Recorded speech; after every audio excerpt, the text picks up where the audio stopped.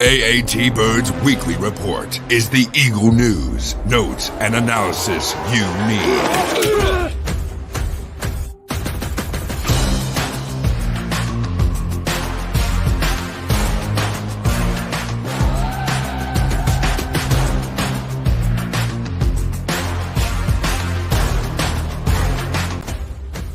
He's going to go. What a give it to Smith, and they stop him. Go back. He looks, fires for the end zone. Intercepted. Intercepted. The 20, the 10, the 5. Touchdown. Not Ware. Not Ware. Midfield. He's at the 40. He's going to go. Deshaun Jackson. He steps up his head and falls forward. And he fumbles the football, and the Eagles have it. It's gone. It's all birds, all the time. And welcome to another edition of the AATBirds Weekly Report. I myself, Johnny Oleka, is joined by Chip, and we have training camp. Training camp is here. They reported yesterday. The first practice was today. So we got a little bit of some storylines we're going to talk about. We're going to have some predictions. I have a couple in mind. That in terms of position battles, in terms of certain rookies that I want to, put my predictions out there. So definitely going to talk about that. The Eagles did add a couple signings, did a couple visits. So of course, Howie had their press conference with Nick. So always talking about roster that's never set, never finished. They did something interesting I do want to bring up as well. And then we're going to do what we usually do. Do the Name That Philadelphia Eagle. We're going to get back to that. The last time I was on, it was not with you, Chip, so you didn't get to answer. You are 2-0. I do have that noted. I made sure I noted that down. That's how I do things.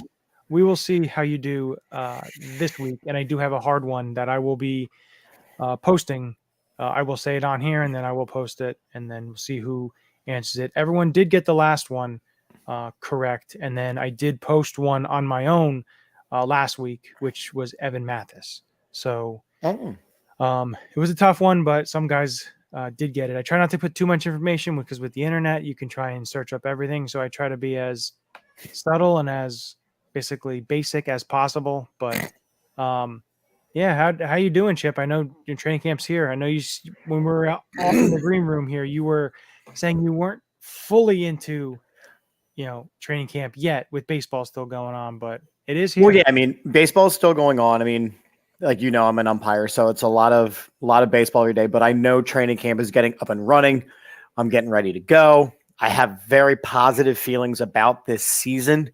And I mean, even just looking at the way this roster is constructed already, I don't see a way that this Eagles team doesn't have a pretty clear shot back to the Super Bowl.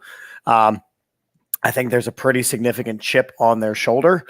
A little me, if you will, a little me, a little there. But I'm ready to go. Like I'm ready to get started. I will be attending the open practice on August 6th. So I will get close-up firsthand experience of the show that they are willing to put on for us fans. You got to make sure you got your phone camera, get some nice video, get some of course content. You got to get that going. I will say this. I did post it the last couple of days. I'm not sure. I may be in the minority, especially with some fans that I did see, but I miss training camp at Lehigh. I do too. Being from the Lehigh Valley, it was something that I did every single summer. My mom would take me, drop me off, and say, I'll meet you back here at 3:00 or whatever when practice was over. And there was no real cell phones. It was kind of like the flip phone and basically not much of anything. You go, you do what you got to do. You go through the tent. I loved going through the tent, looking at all the, the jerseys that they had there, all the yearbook. I would get a yearbook every year. You get the trading cards, you get all that stuff. Then you walk out and there's the practice fields.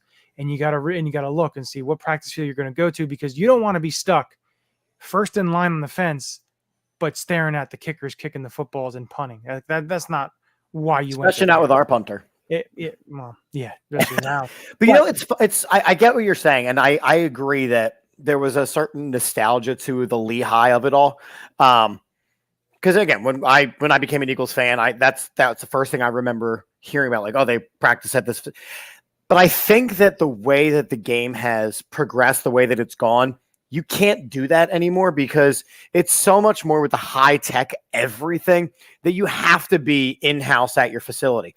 But I agree, the nostalgia piece is definitely missed out for sure. But I do want to bring this up because when we look at the teams and what you said, looking at teams that go off, it's funny because you look at the Kansas City Chiefs, they go to Missouri Western State University. Andy Reid sticking with that same, they go to the college. You have teams that stay at home. Yes, we know what Dallas does. Dallas has their own training facility in California. It's not a college aspect or anything along the lines of that. But Carolina goes to Wofford College, Wolford. Chicago goes to Olivet Nazarene University. I'm probably here. Green Bay goes to St. Norbert College. Rams go to University of California, Irvine. So teams still go to different, they go off. And I understand what the NovaCare complex has. I know what the players being able to go home after practice, I understand that. But for 1 month to be at Lehigh in dorms, building camaraderie with the guys, doing that kind of stuff, it is also for a little bit for the fan aspect too. For the fans there being able to go. Now, the amount of revenue they'd make with that would be very high. Even if they wanted to charge $5 per person coming through, people would pay that. They pay $10 to go to the open practice. So, you look at that and you look at when T.O. came and the amount of people. At one time, they had almost 25,000 people at a practice. And it was absolutely insane. And I remember that offseason. It was crazy.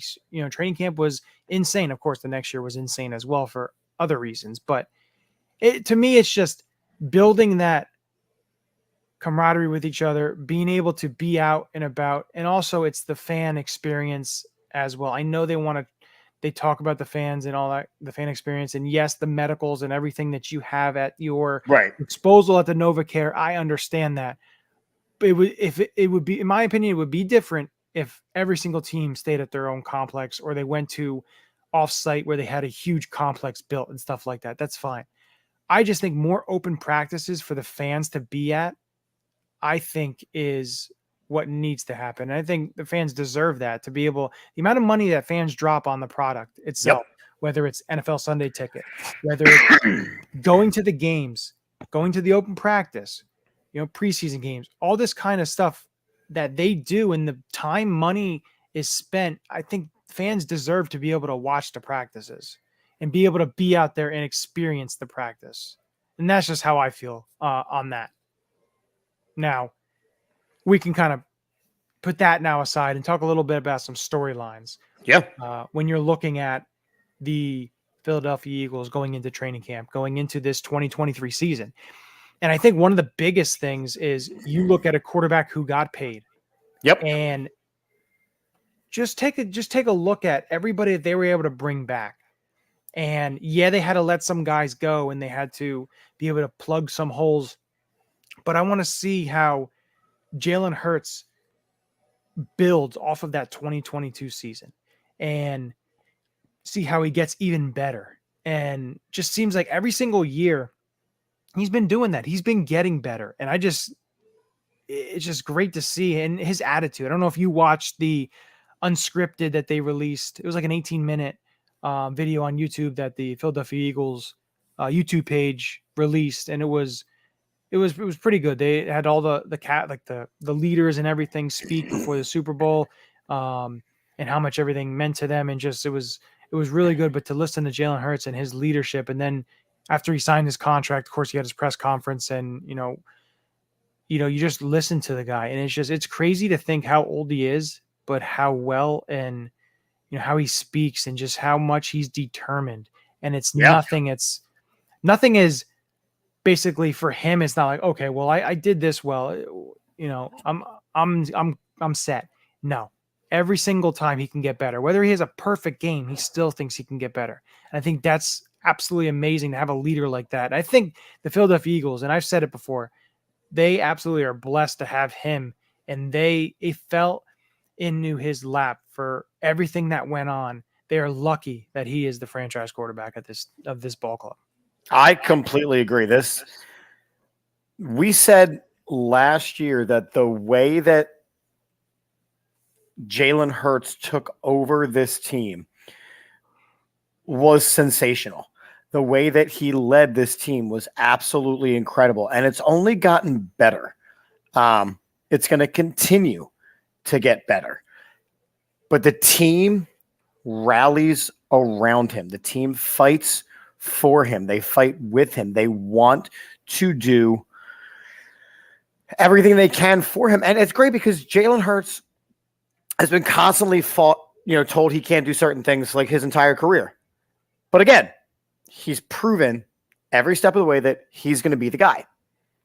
And now he's gotten paid like the guy. And you look at other teams like, okay, so Aaron Rodgers took technically a $35 million pay cut this year so that they can add more talents. It's still the Jets. They are bringing in a guy to temporarily to get the seat ready for Zach Wilson, a guy who's ready to leave. You know what I mean? Well, what Aaron Rodgers are you going to see? Because last year was that's my point, because Aaron well. Rodgers took a drastic drop off. He is following Brett Favre. He'll be a Viking next season. You know what I mean? He'll be shooting denim Levi commercials. So I just think that the way that this team has been built to succeed around Jalen Hurts, and he knows it, and he's still not blinking in the face of the pressure. Which is the most impressive thing to me. No, you're 100% right. And the way he, builds off of his teammates, and the way he builds up the teammates, and what he does is it's amazing to see. And I'm glad he's the quarterback of the future of this team. And another storyline is, staying on the offensive side of the ball, it's the running back position. And I know Nick was asked about this today and how they're going to rotate and everything they're going to do with that. But you look at the running back position, and you were able to trade for DeAndre Swift. You signed Rashad Penny. You have Kenny Gainwell, Boston Scott, and then of course you have a couple other guys with Trey Sermon leading the pack there. But it's a loaded room, and I think there's a lot of talent and a lot of skill and a lot of capabilities of this running back room that they do so many different things. So, Kenny Gainwell really showed out in the playoffs, and he really stepped up his game as the season went on last year. Rashad Penny is one of the most talented running backs probably in the NFL. It's just the injury history. And of course, that'll hurt you, especially, come contract-wise. Of course, he wasn't given a big deal, but if he's able to stay healthy, what he can do on the field, especially with this offense, especially with a guy like Jalen Hurts, who has the threat to be able to run, be able to pull the ball and, make yards out of that as well. And of course, with an elite offensive line too. But I think the one player I'm really interested in, really, really want to see is DeAndre Swift, because DeAndre Swift can do so many different things. He can come out of the backfield. He can run routes. He can do a lot of things that Miles Sanders was probably a little bit better of a runner than DeAndre Swift. But when it comes to the capabilities in the receiving game, I think this is going to be probably the best receiving running back the Eagles have had since the early days of Darren Sproles when he arrived on the scene with the Eagles. So I'm really happy, and I'm really interested to see how DeAndre Swift impacts this offense. So I'm going to go to the other side of the ball. I am exceptionally excited to see if Nakobe Dean is ready to step up. It's big. I think that us getting him was an absolute steal. The fact that he was available for us, the fact that then, we have Jalen Carter, the fact that Jordan Davis, like the fact that Nolan Smith, the fact that all these guys were available for us and are now on this team. Keely Ringo. But again, the idea of that front seven being absolutely dominant so that the secondary can do what they are going to do. And our secondary is very good as of right now. But I think it all comes down to, is Nakobe Dean able to put out the same kind of production that our linebackers did last year, because our linebackers were good last year. Yeah, and they stayed healthy, and that was the biggest thing. They didn't have to go. I need Nakobe Dean, who's undersized, to stay healthy. So yeah, you have Nakobe Dean and Nick Morrow, who was also undersized, and after that, there's a lot of question marks. A ton. Christian Ellis played really well special teams last year when he came in, but again, yes, he has the size, but again, he's not seasoned enough. Does he make that jump? Hey, we never know. TJ Edwards was able to make a pretty big jump. Are Davion Taylor and Sean Bradley ever going to make the jump? Yeah, the thing is, Davion Taylor played well. I think it was in 2020 until he got hurt, and then kind of hasn't able to regain anything. And it's tough because he was a 3rd-round pick. He's got the speed. It's just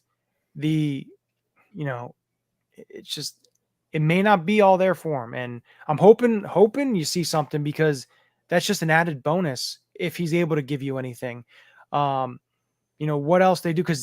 And something when we opened up, what I said was Howie was asked about the linebacker position, and they happen to mention something like it's always open, nothing's ever finished, we're always looking. So could there be a potential where they add a veteran? Which, in my opinion, I think they need to add another veteran, whether it's in the free agent market or something along the lines of that, just to add a little bit of depth, because they need to. You're saying linebacker. Add whether it's a veteran, whether it's a trade or somebody who may not make a roster. Whatever you do. Listen, it's Howie season. Buda Baker's coming. Yeah, well, hey, if that's the case, then we'll be set. We'll be set at that point. I'll be more than happy. And it's funny. So I have as of today, with training camp open, a list of available free agents. Linebacker wise, you have Melvin Ingram, you have Will Compton. Will Compton's done. And I know. I'm just reading names. Quan Alexander, who could be interesting. He's an interesting. It depends on how healthy he is, but he's an interesting candidate, and that is one of Kendall's favorite players. You have Kyle Van Noy, again, interesting. Yeah. I'm just looking at linebackers. Zach Cunningham, Jalen Smith. Jalen Smith, I think, is done. I think his knee is done. I agree. Miles Jack. Anthony Barr. Miles Jack is still young. Zach Cunningham is also interesting because he's a tackling machine. He's not very good against the pass whatsoever, but he is decent against the run. It's kind of like that TJ Edwards concept of, he's good against the run. He's not the best against the pass at all. And he is a veteran. I do like Miles Jack a lot because he's still a little bit young. I like Miles Jack. Justin Houston is on that list too. Yeah, edge rusher there. I see a team like the Bears maybe giving him a shot because they need pass rush help all they can get. But I think a player like that, a player like a Zach Cunningham or a Miles Jack, something along the lines of that, to be able to give this team some depth, because I think that they're gonna have to get rid of some players who are going to be very quality, whether it's in the secondary or whether it's on the defensive line. They're going to have to let go of players when it comes to the cut downs and stuff, because I think this team in certain areas are very, very deep and talented. Of course, linebacker is one of them that they're not deep at all. And they weren't deep last year either because they were healthy. They were healthy. And that's the main thing. But then again, that's why I think you need to add another, even if Christian Ellis is able to become a player that you can count on to place, some snaps, some marginal snaps for you in case something happens. But if you can get another veteran in there as a just in case, I believe that would be a good option for them. But the last storyline I want to talk about is the right guard position. Now love it. They did say how Cam Jurgens is going to start out there, and then they're going to kind of go from there. Now, the Eagles made some signings. They signed Dennis Kelly, who is hey, listen, that trade worked out for the Titans because DGB didn't do anything. And it's funny because I was like, I couldn't wait to get DGB on the Eagles. I was so ecstatic because I thought he was going to be a good big time possession type receiver, but did not work out whatsoever. No. And Dennis Kelly has more receiving touchdowns in his career than DGB. So Oh my God. wherever you want to put that, you can put that. But I think that the best thing with Kelly is he's a veteran. He can play swing tackle. He can play some guard, but the big thing is the veteran swing tackle, which we've talked about the Eagles Always. adding, because you have a guy like Jack Driscoll who can play tackle as well. But again, he can play guard too. I think the right guard spot you're looking at, of course, Cam Jurgens, you're looking at Tyler Steen, and you're looking at Jack Driscoll. And I think Jurgens will start out there, but I think it may be a little hard because I think Tyler Steen it fits perfectly for what this offense does, what this offensive line is asked to do. And I think he's going to push Jurgens pretty big. Because the only thing I'm worried about with Jurgens is his size. He's not the biggest. He's not 310, 315 pounds. Right. He's a center. 290 to 300. He's a center. And that means you have two guys who are in the 280 to 300 pounds playing next to each other. Not saying it can't happen. Not saying they can't do it. Yeah, but they're athletic. Like, you look at the way that Kelsey gets out there and for him to single-handedly say, no, Cam Jurgens is my replacement, says to me that Cam Jurgens is exceptionally athletic as well. So you're looking at now a guard that can pull down the line. You're opening up much more in the way of counters. You're opening much more in the way of screens. I mean, you're going to have linemen who are competing. There you go. He came in at 315 today. You're talking about linemen who are competing with running backs and tight ends on getting downfield. I am very trusting of Cam Jurgens. Where I don't want to see is, again, and it all comes down with this Eagles team to injuries. Yeah. We can't have Jason Kelsey get hurt and Cam Jurgens has to move over to center, right? We can't have Cam Jurgens get hurt and have nobody ready to back up Jason Kelsey. Yeah. I mean, I'm sorry. Cameron Tom is listed as the backup center right now. Come on, Cam Tom. No. Yeah.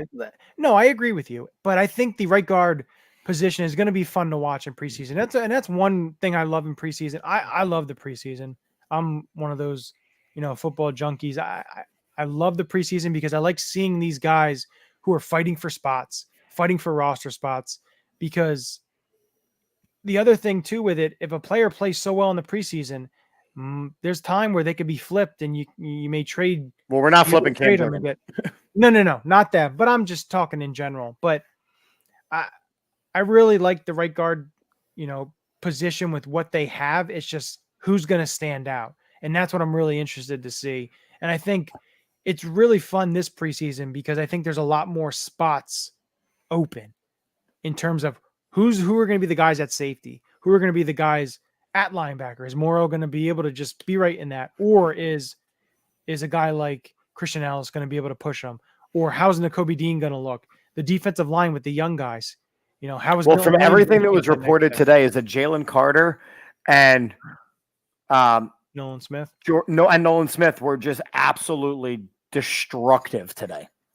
Hey, I absolutely love it. I hope Jalen Carter keeps playing and playing well because he could possibly end up as the best player in the draft to come out of that draft. And that'd be crazy for a team that just went to the Super Bowl to get a player of that caliber.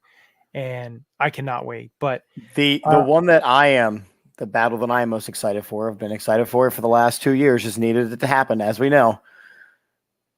Will this be the year that Aaron Sipos gets the boot? Well, do you have a prediction? Because we can jump right into the prediction aspect of the training camp preseason. We'll start with training camp. We won't do preseason yet, but you have a prediction for training camp? Yeah, Aaron Sipos is going to keep the job. Wow, you don't think Zentner only because of the battery of Elliott, the hold, and the hold. I mean, it's just unless Ty Zentner does an incredible job out punting him, and then they make it work. Jake Elliott's going to say, "This is who I want to hold the ball for me." And Jake Elliott's coming off of a pretty good year, and he's been there for a while, so he kind of gets carte blanche with what he wants to do there. And Adam says, asking, you think Blankenship will be better, more playing time? I think he's the starter. Yeah, I think Blankenship really played well. And I really liked him when he played for Middle Tennessee. He just, he was banged up a little bit, so that kind of hurt him. But I really like what he brings. And what you saw last year, he got better as the year went on, which is great to see. And I'm really, really excited to see what the new defensive coordinator, Sean Desai, has has planned for this defense, because reading about what he does and everything, I can't wait to see what he's able to do and put on the field. And also, some players that he likes, and, the fits. And I can't wait for that. I'm excited for a more attack heavy defense. I feel like that's what's going to be different. I think Sean Desai is going to attack more. Yeah, no, I agree with you. So my prediction. Wait, hold on. Before you predict, actually predict, and then I'm going to go into one of my storylines. Go ahead. So the prediction that I have is all revolves around the wide receiver room. Yeah. And I think the Eagles, the player that they signed this week by the name of Deion Kane, will make the 53-man roster. He had a hell of a USFL season. He won the MVP in the USFL championship. He had 2 kick return touchdowns. He played really well last year in preseason, and they didn't have a spot for him. And he was on the practice squad for a little bit, and then he was released from that. But I think Deion Kane is, of course, he does have familiarity with Nick Sirianni, being that he played with the Colts, but I think that Deion Kane makes the 53. And again, that's who gets left off, possibly traded. We will see. I won't make that kind of prediction, but I will say So again, looking wide receivers, AJ Brown, Devontae Smith, Greg Ward, they're all locks. Greg Ward's not a lock. Yes, he is. They keep bringing him back. Practice squad. They can't practice squad him at this point, can they? He's had so many years in the league. No, you can, with the with the COVID rules, you can be a practice squad. There's no limit. Zacchaeus, there's 4. I think Quez Watkins gets one more chance. I think it all depends on how his preseason. But I also think that he could be flipped for somebody. Yeah, he could be flipped for someone or flipped for a late round pick next year. He could definitely be let go, and it'll save him a couple million as well, especially if one of these other receivers that they have somehow, shines a little bit. So it'll be an interesting battle, but absolutely. And that's why, I don't know, I really like Deion Kane last year, what he brought to the table, what he did for them. And with them losing Zach Pascal, I think it's he's not as physical as Zach Pascal, but he can fill that big body type of receiver role. And he can play on special teams too. So I think that's something to keep an eye on. And there's my prediction there. All right. So I want to talk about this storyline real quick, because the running backs in the NFL are ganging up on it. They're ganging up against the NFL in a league which is now not running back friendly, right? We have seen it. We have seen it over and over again. You're not supposed to spend money on running backs. They've got a limited lifespan. The NFL game has changed. You need to be able to pass. Daniel Jones just got paid more significantly than Saquon Barkley. Saquon Barkley is holding out. He holds out to go from $10.1 to $11 million. They're having running back, special group chats. And you look at the list. You look at the list of available free agents: Dalvin Cook, Ezekiel Elliott, Kareem Hunt, Leonard Fournette, Kenyon Drake. He's not as much of it. Darrell Henderson. These guys aren't. But some of those top names are absolutely. Josh Jacobs isn't signed by the Josh Jacobs. The NFL is completely changing, and I don't know, because I'm a guy who loves a good running game. I feel like it's something of value. Here's my question. Do you see the Eagles going and getting one of these big name guys if we're a couple weeks in and they're still out there? I think the only way you'd see them do anything is if an injury happens. Okay. Either Penny or Swift, you get a big time injury. That's my opinion on that. But looking at the running back, and I forget who it was. I can't remember who I saw say this. I think it may have been Dominique Foxworth, who does a show, I think, on one of the networks. And he mentioned about how they have like an escrow account for like running backs and certain different things. But he put together, when a running back is drafted, instead of a 4-year contract and then you can make it a 5th year with the option, all running backs coming into the league have a 3-year contract that they can get paid a year earlier than they would. And maybe, because I know the shelf life and the longevity aspect and that kind of stuff, but maybe try something along the lines of that, because the thing about it, a team doesn't want to pay a running back this exorbitant amount of money, and then within the second year of a 4 or 5 year deal, you're basically shot and done. And because it's happened time and time again where they're not living up to their contract, whether it's Todd Gurley, whether it's Ezekiel Elliott. Ezekiel Elliott, yes, he's still a capable running back, but he's not a star running back. And there's countless examples of running backs that you reached that point and then the fall off. And then you get paid. Yeah. If you reach that high point, you get paid, and that second contract, that third. I think it's a little bit unfair that they could be franchised and be the 5th, in their year 5 and still not been paid anything. And then it has to be year 6 to get a really big deal, or year 5 to 6 to get a really big deal, when the shelf life of running back is, if it's at least 2 to 3 years. So I think maybe starting them with running backs, get a 3-year, but again, that then opens up a slippery slope, because other positions will be like, wait a minute, well then why am I have to be 4? So there's a lot of issues with that. Maybe it's almost because I know Foxworth did talk about this, about a bonus type of structure.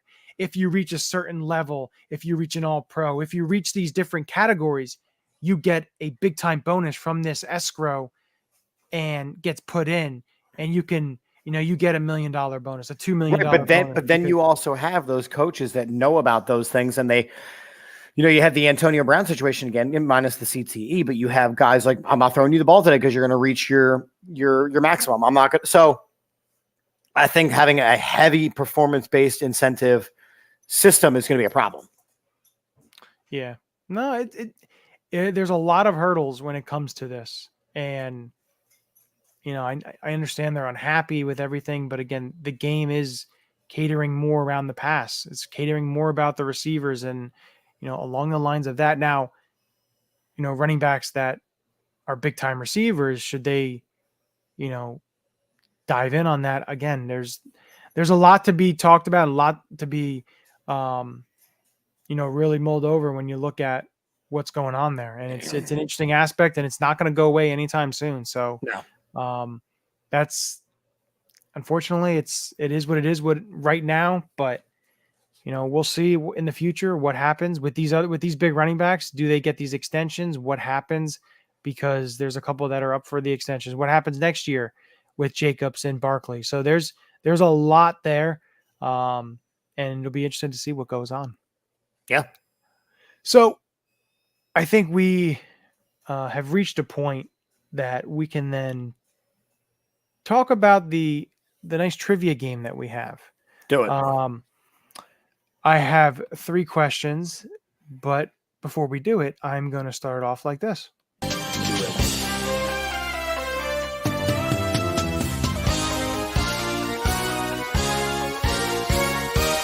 Name that Philadelphia Eagle. And for Name That Philadelphia Eagle, there'll be an easy, a medium, and then a difficult question. Now, the difficult question we won't answer. I will post that one later. The easy and the medium one I will pose to Chip, and he will answer, and we will see if he gets them right. So let me go and get my suspenseful music, because we need that. And I'm going to go with this. All right. So the easy question for you. Now, it may not be easy, but it's certainly easy for many people. So in 1992, there were two plays, two very memorable, iconic type of plays in a playoff game in New Orleans. One was an interception and one was a safety. Name the two players who made these plays for the Eagles. Well, considering I started watching football in 94. But listen, it's I'm going to say history. one of them's got to be Eric Allen. One is Eric Allen. Okay. Both of these plays were in previous videos that I've recently made. So if you watch the videos, you would have seen it. Yeah, so But Eric Allen is correct on the one, and now you're just looking for the other one.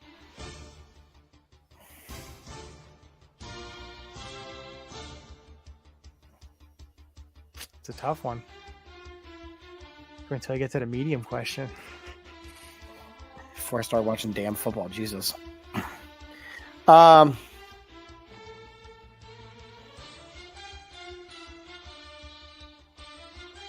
don't even know who played with alongside Eric Allen. It's he tackled the quarterback for a safety, not a safety. Visikahema. Reggie White. All right. Because he sacked the quarterback. I think it was Herbert or Bobby Hebert. Hebert. And took his helmet off and ran to the sideline and jumped and everything. But that is the easy question. Now we have to go to So I got a half point there. half point. Sure. It was a tie. You want to call it a tie, maybe? Right. So now going into the medium question that we have. Donovan McNabb. Okay. So this is in your wheelhouse. You Yep. remember Donovan McNabb. You remember him very well. In the 2000 playoff game against the Tampa Bay Buccaneers, can you name the receiver he threw a touchdown pass to?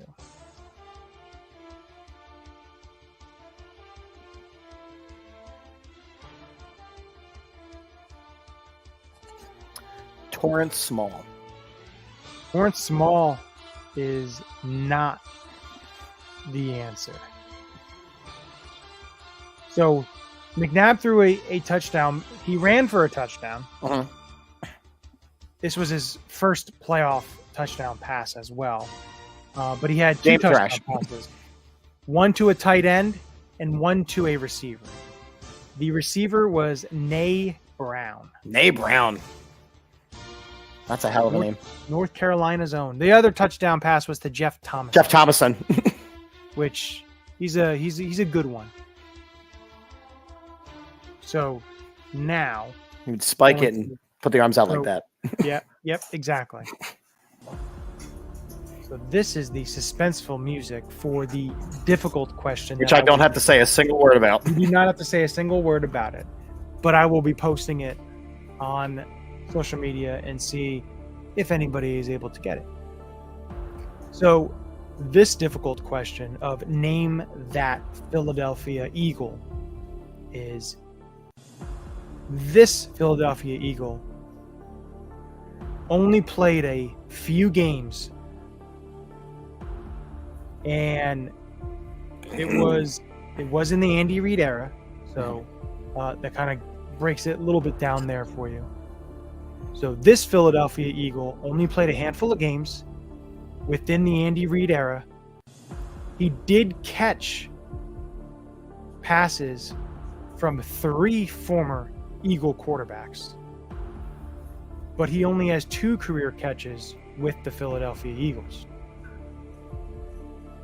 And he did have a 9-year NFL career, played college locally. So I'm not going to give anything else away. But again, to name that Philadelphia Eagle, I'll repeat what I said. He played a handful of games with the Philadelphia Eagles. in the Andy Reid era. He's caught passes from 3 former Eagles quarterbacks, but he only had 2 career catches with the Philadelphia Eagles, and he did play his collegiate football locally. Good luck. I'll tell you after, Kip, so you know. Yeah.